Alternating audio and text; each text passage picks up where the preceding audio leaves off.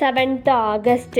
இன்னைக்கு ஏசப்பா நம்மளை பார்த்து என்ன சொல்கிறாங்கன்னா, அழைக்கப்பட்டவர்கள், அவருடைய தீர்மானத்தின்படி அழைக்கப்பட்டவர்களாய் தேவனிடத்தில் அன்பு கூறுகிறவர்களுக்கு சகலமும் நன்மைக்கு ஏதுவாக நடக்கிறதென்று அறிந்திருக்கிறோம்னு ரோமர் 8:28 சொல்லப்பட்டிருக்கு. நம்ம பிறக்கும் போதே ஏசப்பா நம்ம மேலே ஒரு பிளான் வச்சுருப்பாங்க, நம்ம மேலே ஒரு திட்டம் வச்சுருப்பாங்க.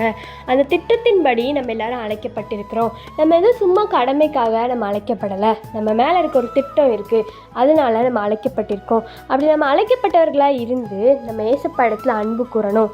ஏசப்பா இடத்துல அன்பு கூறுறதுனா ஏசப்பா கூட டைம் ஸ்பெண்ட் பண்ணுறது, பைபிள் வாசிக்கிறது, ப்ரேயர் பண்ணுறது, மற்றவங்களுக்கு ஏசப்பா பற்றி சொல்கிறது, அந்த மாதிரி இதெல்லாம் தான் நம்ம ஏசப்பா கிட்ட அன்பு கூறுறது.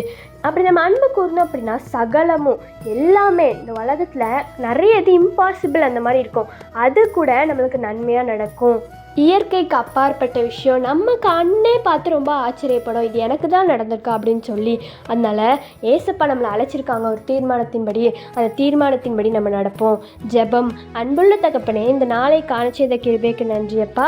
அப்பா, நாங்கள் எல்லாரும் ஒரு திட்டத்தோட தீர்மானத்தோட அப்பா அழைக்கப்பட்டிருக்கோம். உங்களோட திட்டம் வீண் போகாது ஏசப்பா. எங்களுக்கு ப்ரெசண்ட்டும் பாஸ்ட்டும் மட்டும் தான் தெரியும், ஆனால் உங்களுக்கு ஃப்யூச்சரும் தெரியும் ஏசப்பா.